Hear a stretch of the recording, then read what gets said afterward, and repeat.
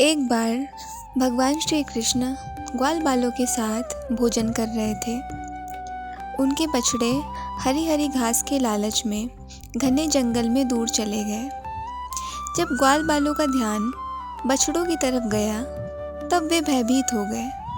उस समय भगवान श्री कृष्ण ने कहा, मित्रों, चिंता न करो, तुम लोग भोजन करो, मैं अभी तुम्हारे बछड़ों को ढूंढ कर ला देता हूँ। श्री कृष्ण ग्वाल बालों से इस प्रकार कहकर बछड़ों को ढूंढने चल दिए। उस समय ब्रह्मा जी भी वहाँ उपस्थित थे। भगवान को ग्वाल बालों के साथ विचित्र लीला करते हुए देखकर उनके मन में मोह हो गया। उन्होंने भगवान श्री कृष्ण की परीक्षा लेने के लिए बछड़ों को चुरा लिया और जब भगवान श्री कृष्ण बछड़ों को ढूंढने चले गए तो ब्रह्मा जी ने ग्वाल बालों को चुराकर किसी गुफा में छिपा दिया। भगवान श्री कृष्ण बछड़े न मिलने पर यमुना जी के तट पर लौट आए, परंतु वहाँ देखते हैं कि ग्वाल बाल भी नहीं है। वे तुरंत जान गए कि ये सब ब्रह्मा जी की करतूत है। अब भगवान श्री कृष्ण ने अपने आप को ही ग्वाल बालों तथा बछड़ों के रूप में बना लिया। जिस समय भगवान श्री कृष्ण ने ग्वाल बालों तथा बछड़ों के रूप में नंद आदि की गौशालाओं में प्रवेश किया तो कोई भी उन्हें पहचान नहीं सका। गाय भी श्री कृष्ण रूप अपने अपने बछड़ों को दुगने स्नेह से चाटने और दूध पिलाने लगी।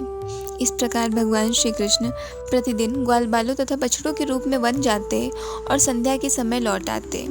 इस तरह पूरे 1 वर्ष का समय बीत गया। जब ब्रह्मा जी ब्रह्मलोक से लौटे तो उन्होंने श्री कृष्ण को ग्वाल बालों और बछड़ों के साथ पहले की भांति क्रीड़ा करते हुए देखा। वे सोचने लगे कि ग्वाल बालों और बछड़ों को तो मैंने चुरा कर अपनी माया से अचेत करके गुफा में बंद कर दिया था। वे अब तक वहाँ सो रहे हैं, फिर उतने ही दूसरे बालक तथा बछड़े कहाँ से आ गए। ब्रह्मा जी अपनी माया से भगवान श्री कृष्ण को मोहित करने चले थे, परंतु स्वयं मोहित हो गए। उनके देखते ही देखते सभी ग्वाल बाल और बछड़े श्री कृष्ण के रूप में दिखाई पड़ने लगे। ये अत्यंत आश्चर्यमय दृश्य देखकर ब्रह्मा जी चकित रह गए। वे भगवान श्री कृष्ण के तेज से निस्तेज होकर मौन रह गए। यद्यपि ब्रह्मा जी समस्त विद्याओं के केंद्र हैं, फिर भी भगवान श्री कृष्ण को समझने में असमर्थ हो गए। उनकी आंखें मुंद गईं।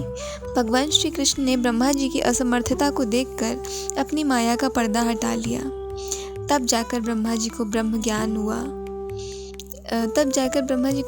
ज्ञान हुआ। ब्रह्मा जी ने देखा कि भगवान श्री कृष्ण जैसे पहले ग्वाल बालों और बछड़ों को ढूंढ रहे थे वैसे ही आज भी ढूंढ रहे हैं। वे अपने हंस पर से कूद पड़े और भगवान श्री कृष्ण के चरणों में दंड की तरह गिर पड़े।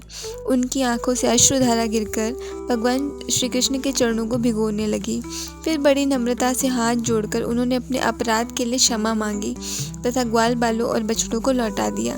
अंत में वे श्री कृष्ण का स्मरण करते हुए ब्रह्मलोक को चले गए।